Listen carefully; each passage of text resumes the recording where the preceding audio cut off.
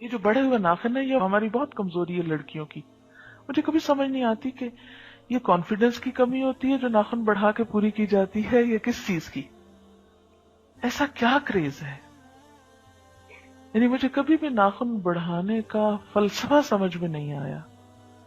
ایک تو کتنی محنت ہوتی ہے، دوسرا یہ ہے کہ جانوروں سے شباہت ہو جاتی ہے نا، تیسرا یہ کہ سنت کے اعتبار سے ناپسندیدہ چیز ہے، فطرت کے خلاف ہے، صحت کے خلاف ہے. تو صرف ایک خاص لک دینے کے لیے ہم اس کا اہتمام کرتے ہیں، جبکہ بہت ساری چیزوں کے خلاف جاتی یہ بات. پسندیدہ چیز نہیں ہے. ہمارے یہاں ہر خوشی کے موقع پر اظہار کیا جاتا ہے خوشی کا ناخن بڑھا کر. یہ شخصیت کا ایک حصہ ہے. آپ کو پتا ہے کسی شخص کی ظاہری شخصیت کہاں سے پتہ چلتی ہے؟ اس کے انداز سے، اس کے ہاتھوں سے، اس کے لباس سے، اس کے بولنے کے انداز سے. تو جب ایک دیندار شخص ناخن بڑھا کے کسی کے سامنے آتا ہے کیا امپریشن پڑتا ہے؟ دل نہیں بدلا، دل نہیں بدلا. اس لیے کہ دل بدلتا تو انداز ضرور بدلتے.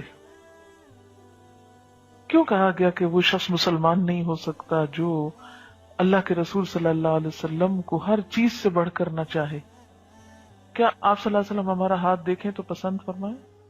یہ بڑے ہوئے ناخن ہم آپ کو دکھا سکتے ہیں؟ اچھا کیا ہوتا ہے بعض اوقات ہم اپنی سہیلی میں تو بہت کانفیڈنٹ فیل کرتے ہیں، لیکن جو ہی کوئی بڑا شخص یا کوئی دیندار شخص نظر آتا ہے تو ہم جلدی سے ڈھانپنے لگتے ہیں کہ یہ مائنڈ کرے گا، اس کے سامنے نہیں دکھانے. اللہ کے رسول صلی اللہ علیہ وسلم کے سامنے دکھا سکیں گے آپ؟ نہیں. تو کیوں ایسا کام کرتے ہیں؟ ایسا کیا شوق ہے؟ کیا جو اللہ نے ہم کو دیا ہے وہ کافی نہیں؟ اللہ نے ہر ایک کو بہت خوبصورت بنایا اور دوسرے سے مختلف بنایا. آپ میں سے ہر شخص بلا مبالغہ یہ کہہ سکتا ہے ہم سا کوئی ہو تو سامنے آئے. آپ سا کوئی نہیں. آپ اللہ تعالی کی بالکل ایک منفرد انوکھی مخلوق ہے، کوئی آپ جیسا نہیں. ھذا من فضل ربی. آپ کی ایک ایک چیز بہت پیاری. اللہ تعالیٰ نے انسان کو احسن تقویم میں بنا. ویڈیو کے نیچے سبسکرائب کے بٹن پہ کلک کریں، بیل کے آئیکن پہ کلک کیجئے تاکہ ہر نئی ویڈیو کی نوٹیفکیشن